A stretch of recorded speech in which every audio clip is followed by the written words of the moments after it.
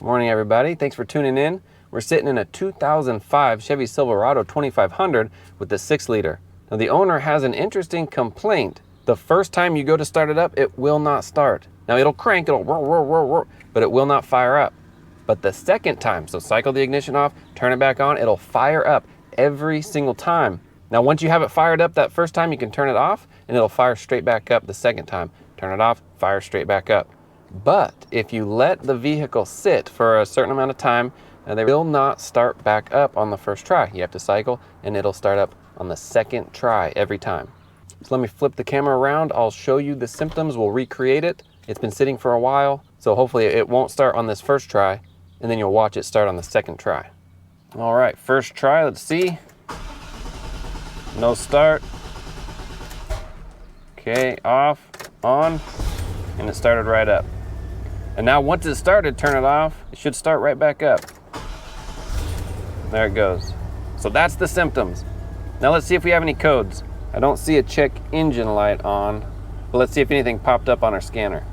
Okay, read fault codes, DTC. See what came up. No trouble codes. Okay, a little interesting.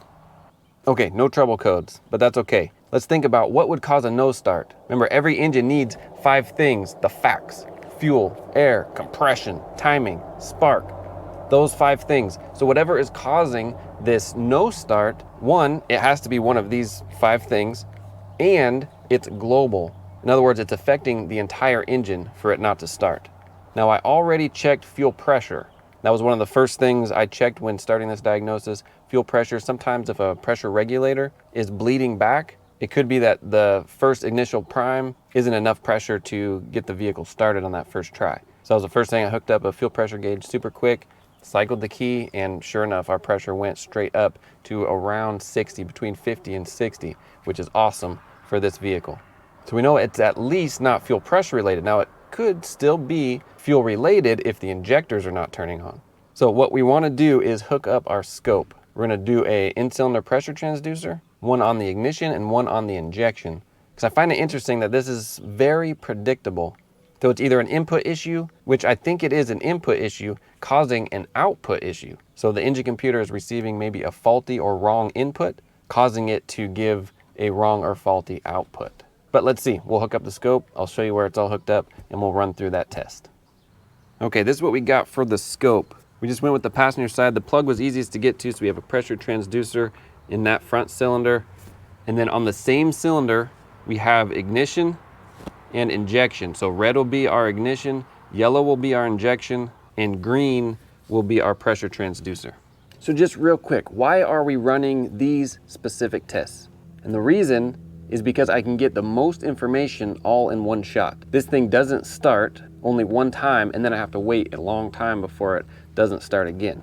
So I want as much information all in one shot as much as possible. So that's why we're running these particular tests. Now, you don't necessarily need a scope to run each of these tests. The ignition, you can use a test light, a spark tester, or something like that, because all we're looking for is to see if we get ignition, if that output from the engine computer is even there. Same with injection. You can use a Noid light, you can use a test light. There's lots of different ways you can test the injection. So you don't need a scope, but it allows us to gather as much information as possible all in one shot. Now, compression is a little harder to get as detailed as we will get with the pressure transducer, but it is still possible with a manual gauge. All right, let's start the computer, get it rolling, and we'll fire it up. If it does start, that's okay. We'll still review the information because we want to see what good looks like and compare it to what bad looks like. All right, let's get it rolling. There we go.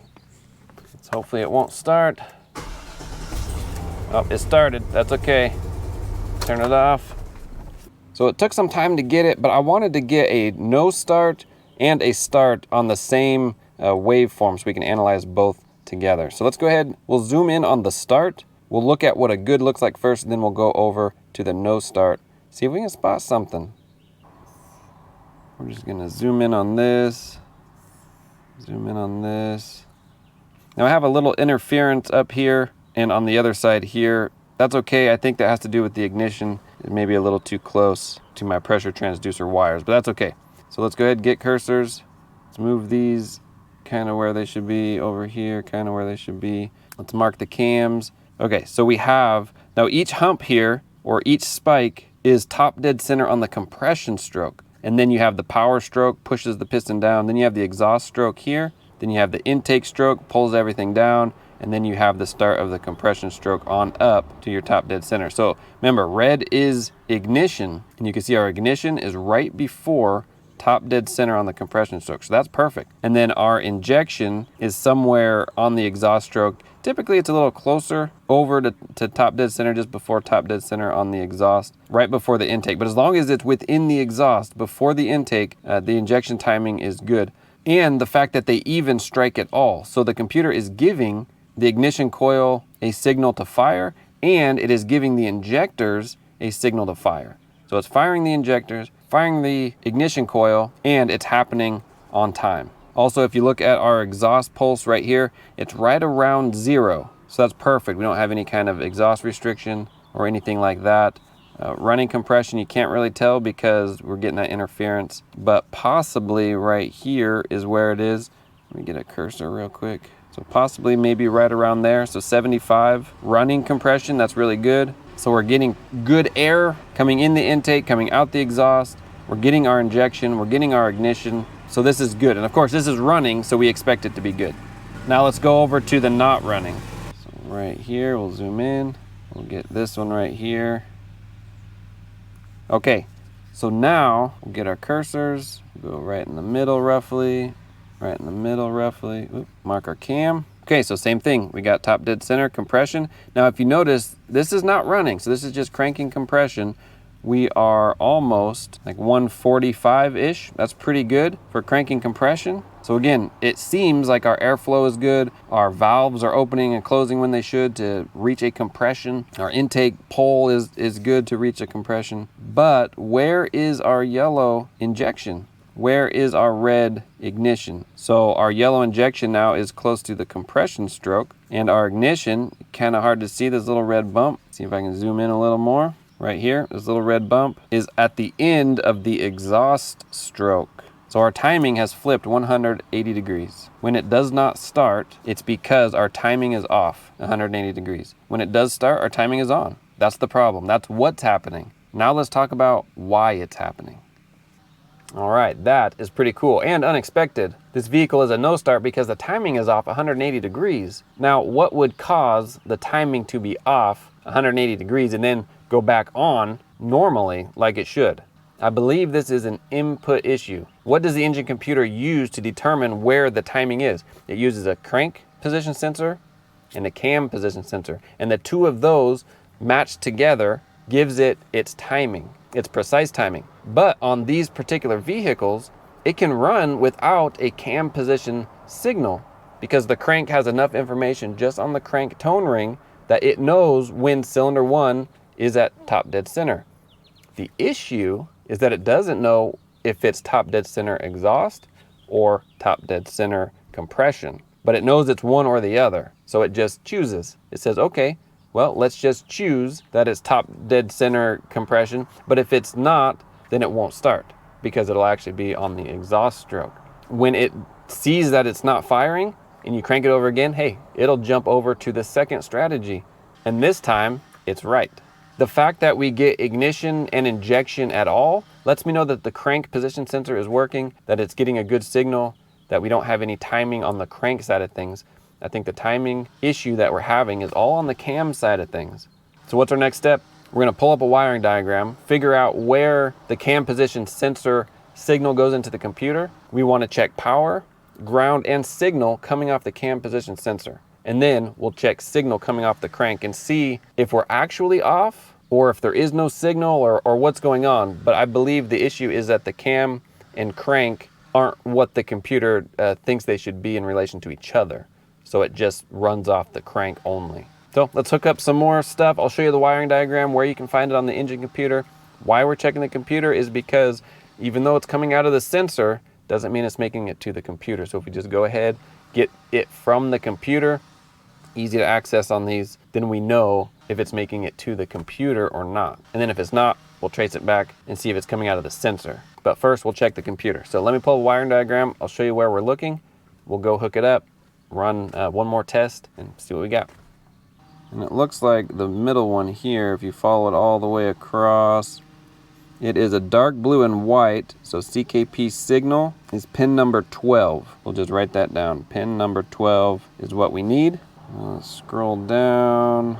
So this one here and this one here are already highlighted. Those come off of our cam position sensor. If you follow this wire over, it's pink and black. Pin 61 is reference low.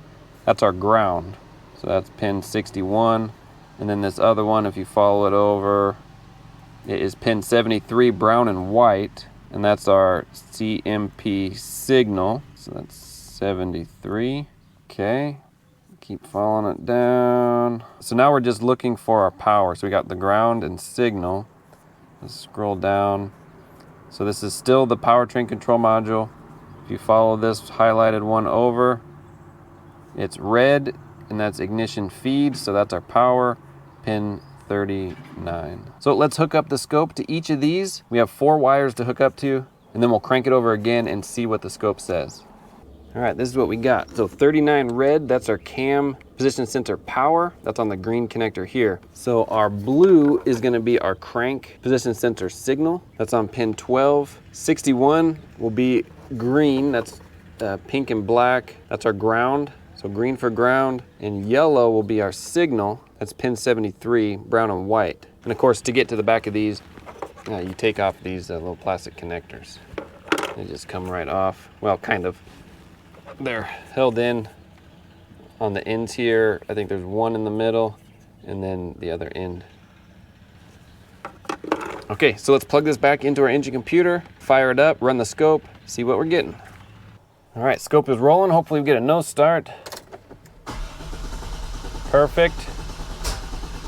Okay, then a start. Nice. Okay. Okay, so let's zoom in on the no start. And it looks like, okay, so green was our ground for our cam. Perfect, we're looking good on our cam. We got power. This is during a crank. So you can see the little wavy, that's our starter motor drawing current as it's cranking. So that's perfectly normal. We're about 10.5 volts. That's probably what the battery dropped to during the crank, but we never lost power. So we have power. Our green, let me turn off some of this so you can see our green. Even just turn off that. So our green, we never lost ground. We're still below half a volt while it's cranking, so perfect. And then we have our signal, which I was not expecting, but we are getting a signal during a crank.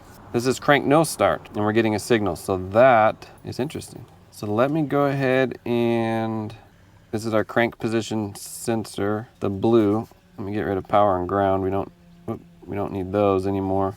Let's just look at these. Let's panhand over. So when we go up, we're not quite the middle, we're a little bit over, but it looks like 1, 2, 3, 4 on the 5th one. Let's see where the down is. Okay, 1, 2, 3, 4 on the 5th one, about the middle. So that's kind of consistent, whether it's a rising edge. See, this is a falling edge here. This is a rising edge here, but it doesn't seem to matter. And it's dropping to 0, if you look right here in the corner. So it's pulling all the way down, and it's going all the way up to 12 when it's running. So a 0 to 12 volt signal. Okay, so I'm gonna minimize all of this, and I have a known good cam crank. So let's pull up the Pico scope. Now this was given to me by another technician. I want to zoom in on a falling edge. Okay, and it looks like 1, 2, 3, 4, 5. And it looks like we're about a little over 9 volts, so 9.5. Okay, let's go ahead and, so that's a falling edge. Let's see if the rising edge is the same.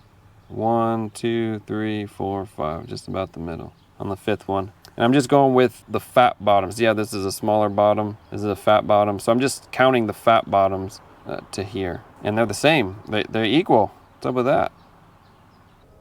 Very interesting. I was not expecting that result on the scope. So we do have a cam position signal, and it's the correct signal. So if our engine computer has the correct input, but is producing the wrong output, then something has to be up with our engine computer, either a software issue, which seems like it would be a software because it's not a hardware, because we are getting an output. It's not like we don't have an output. We do have an output, it's just the wrong output. but it's still outputting.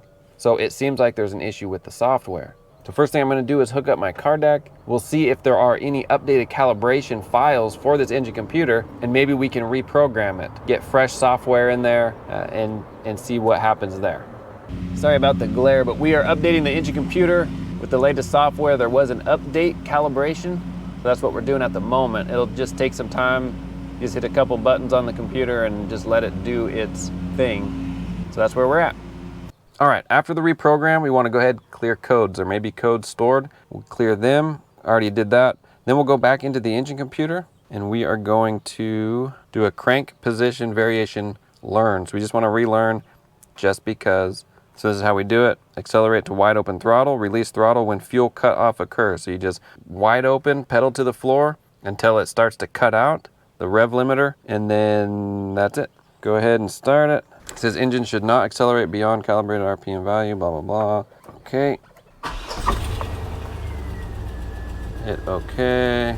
Waiting for data.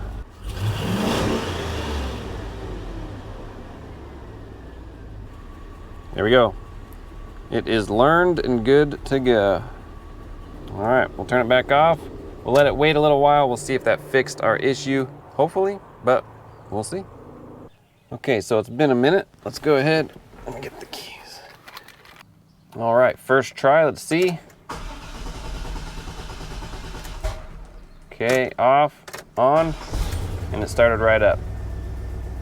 After the programming, we let the vehicle sit for a little while, and sure enough, it did not start on the first start, but it started on the second try. So reprogramming the engine computer did not solve this issue. So the next thing I'm gonna do is go to the engine computer. We're gonna check powers and grounds, going to the computer, see if we get any of those dropping out while we're starting or trying to start the vehicle. If everything checks out good, then the only thing I can see left is the engine computer itself. But first, let's try the powers and grounds.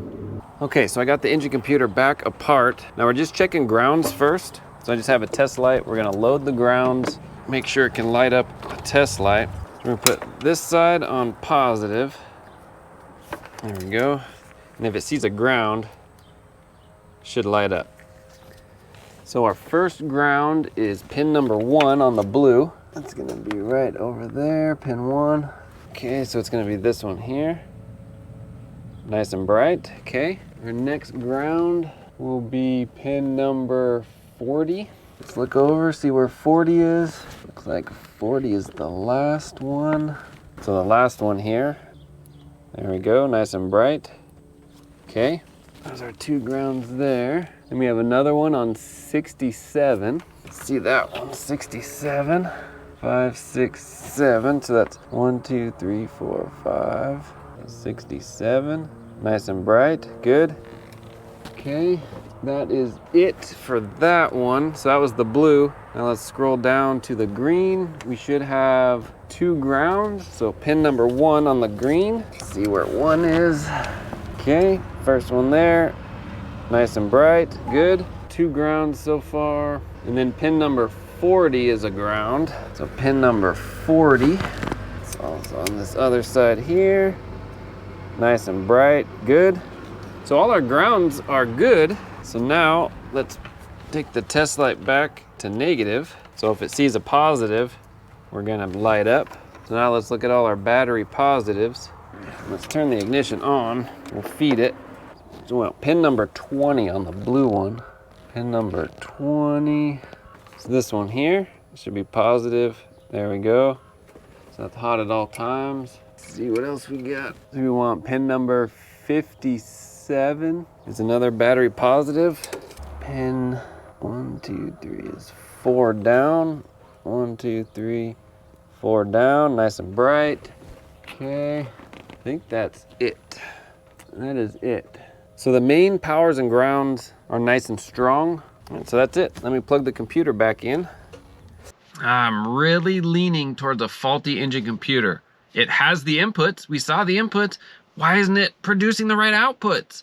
But before I pull the trigger, I have a really good friend who has this exact same truck, 2005 Silverado 2500, 6 liter. So what I'm gonna do is go check out his truck real quick, gather a waveform. There's one more test I want to do, cam crank with an in-cylinder pressure transducer. So I'm gonna go capture that super quick, come back, do the same thing to this truck, and compare. Of course, my friend's truck starts first time every time. So no issue on his, perfect vehicle to compare with. So I'll be back. So we have a pressure transducer in cylinder number 1. We have an ignition strike for cylinder 1 as well. Then we have our cam signal and our crank signal. So those are our 4 signals that we're gonna be comparing. So let's start this up, see what we got. All right, sweet capture. Now let's compare this to the one I got off the other vehicle.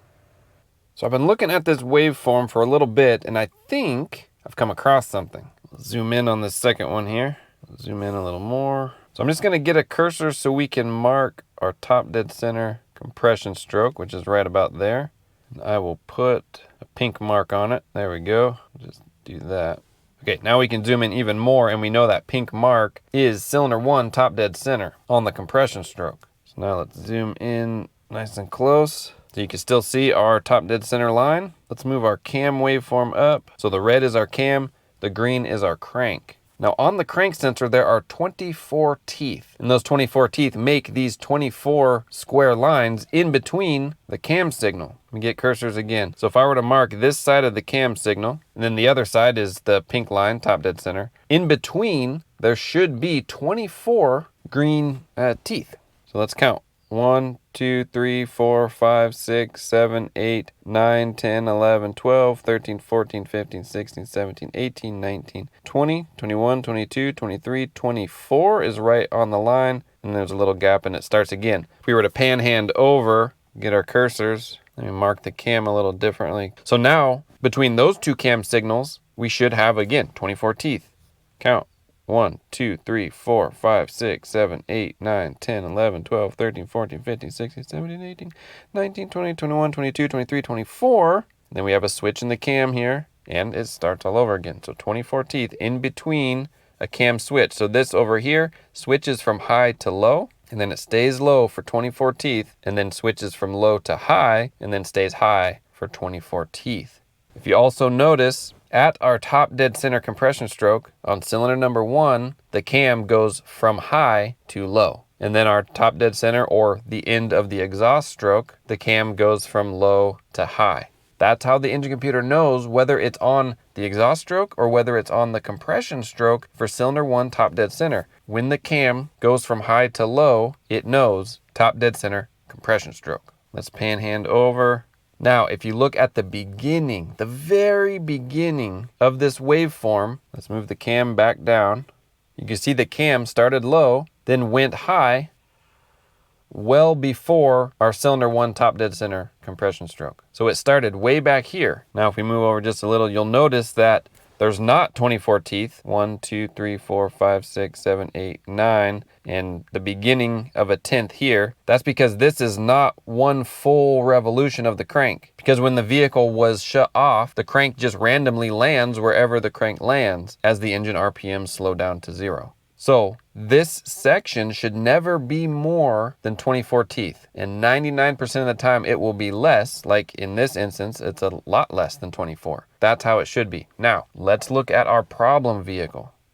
So I have the problem vehicle loaded up. Let's go ahead and zoom. Now on this, we're gonna look at the first waveform. That's the no start. The second waveform is when it actually started. Let's go ahead and get our cursors. We'll mark top dead center compression stroke. That's cylinder number 1. Let's panhand just a little. And we'll also do the second one. And then we'll mark that. So we got 2 pink lines. Now let's zoom in. So the pink line is top dead center on the compression stroke. Now this again is cylinder number 1. The cam this time is green, and then the crank is red. And I threw in an ignition strike. So if you notice the blue, let me move it up so it's easy to see. That blue is our ignition. So this is a no start, and we know that this is an issue. The ignition is happening not on top dead center compression stroke, but it's happening top dead center exhaust stroke. So we know we're having an issue here. Let's move over and I'll show you the similarities.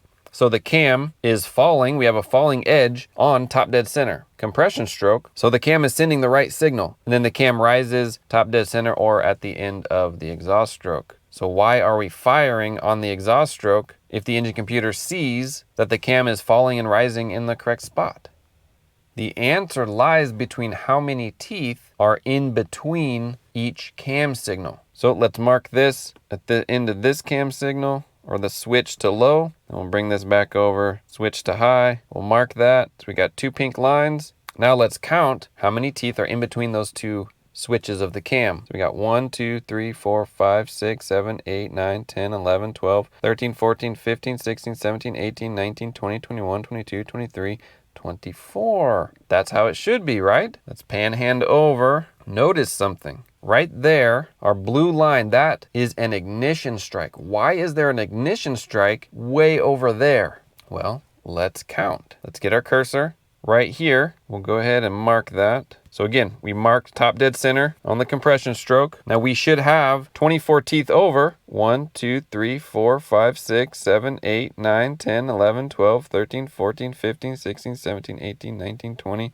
21, 22, 23, 24. Let's get a cursor. Can't remember which one was 24, but it should be somewhere in there, right? Why don't we have a change in our cam signal every 24 teeth? Well, there's 24 teeth, no change. What's up with that? Let's mark this. So right about there, and then let's count how many teeth. 1, 2, 3, 4, 5, 6, 7, 8, 9, 10, 11, 12, 13, 14. Perfect, because that's the beginning of the engine cranking. So you'll have anywhere between 24 teeth or less, most likely less. Then we should get a cam switch or a change in the cam signal. We don't. We're missing that switch in the cam signal. The engine computer knows that there should be a switch in the cam signal because it can count its 24 teeth. It knows, if you notice the teeth, let's zoom in just a little more. You'll notice the teeth on these are different widths, different spaces. The engine computer knows, based on those widths, based on those spaces, where it is. It can calculate top dead center, cylinder number 1, based on the spaces and the widths of these teeth. And based on the widths of these teeth, it has calculated that right there on that ignition, it should have had a cam signal, but it did not get a cam signal, so it guessed. The cam signal is late. It doesn't start until the crank's second revolution. That's different than our known good. Our known good, the cam switched before cylinder number 1 top dead center. Our problem child is not switching until cylinder 1 top dead center. We were missing a switch. I think that is our issue. There's something up with our cam position sensor. Nice. That was the breakthrough we were looking for. So we went ahead, got ourselves a genuine GM cam position sensor. We're gonna go ahead, slap it in. Now this is behind the intake manifold in a very challenging spot. You just kind of have to feel for it. So with your new sensor, kind of get the idea of the shape, what the connector may look like. It's a flip tab style of connector that Chevy uses. You just kind of feel for it, 10mm bolt. So we're gonna get that replaced and hopefully this thing fixes it. So the cam sensor on these is in the back. I have the cover here taken off and then just this little plate here also taken off so I can move this out of the way. I have a couple things unplugged to give this a little more room for me. My hand can fit back there. You just kind of have to go back and feel it. If you can't, if there's just not quite enough room, this transmission dipstick tube kind of can get in the way. If you remove the dipstick tube, that'll give you a lot more access back there. So my hands can do it, but just in case yours can't, that tube, remove that and you'll be golden. It's a 10mm bolt holding it in. Let me see if I can get the camera back there in any kind of position to show you where it is. But it's right back and behind. Let me see if I can go in with the super view. So you see it right there. And that electrical cable can kind of be a guide for you. So not the easiest, but not the craziest either. Okay, got everything back together. Got the scope hooked up. We're gonna go inside, hit record. Hopefully this thing starts up. All right, moment of truth. I have not started it yet. First time, first crank. Nice. Started right up. Now we know it'll start right up the second time, so if we turn it off, it'll start up.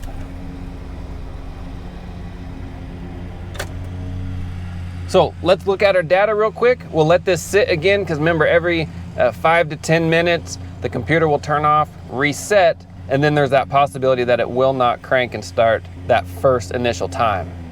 All right, this is the result of the new cam position sensor put in. Let's go ahead, zoom in. And we're just looking for that one fine detail at the beginning. And maybe you can already see it. It's Let's move it up. Right there is our cam position signal. Let's get our cursors. We got top dead center right here. We'll go ahead and mark that. Let's pull this one over to that side of our cam. We'll mark that.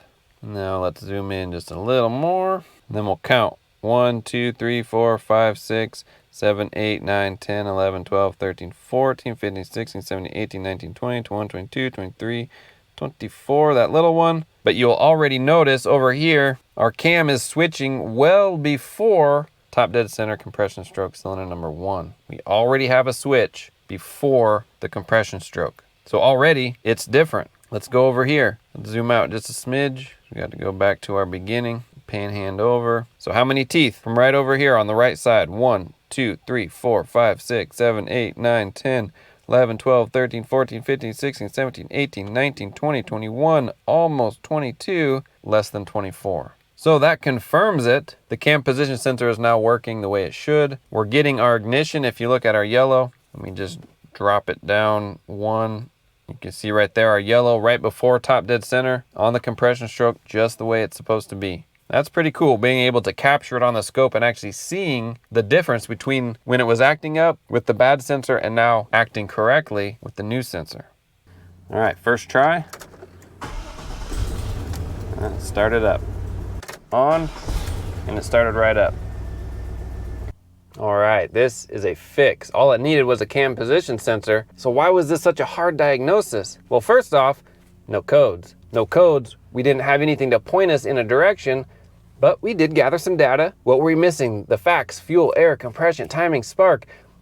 Interestingly, timing was our issue here, but not mechanical timing, electronic timing. Then we started poking in, well, what is responsible for the electronic timing of the ignition and injection? And that is your cam position sensor and crank position sensor and the correlation. The issue was we were getting a cam position signal and we were getting a crank position signal. The issue was in that minor detail that the cam position sensor signal was late. It was too late, and the engine computer already made a decision on what to do about timing. The very first time, if there is no cam signal, it won't start. Then on the second time, it will start. But if we didn't notice that that cam position signal was happening too late, then we may not have diagnosed this properly, because I was going straight for the computer because we had a cam signal, we had a crank signal, the computer had everything it needed. Why isn't it working? It must be the computer. But once we found that little detail, that was what we needed.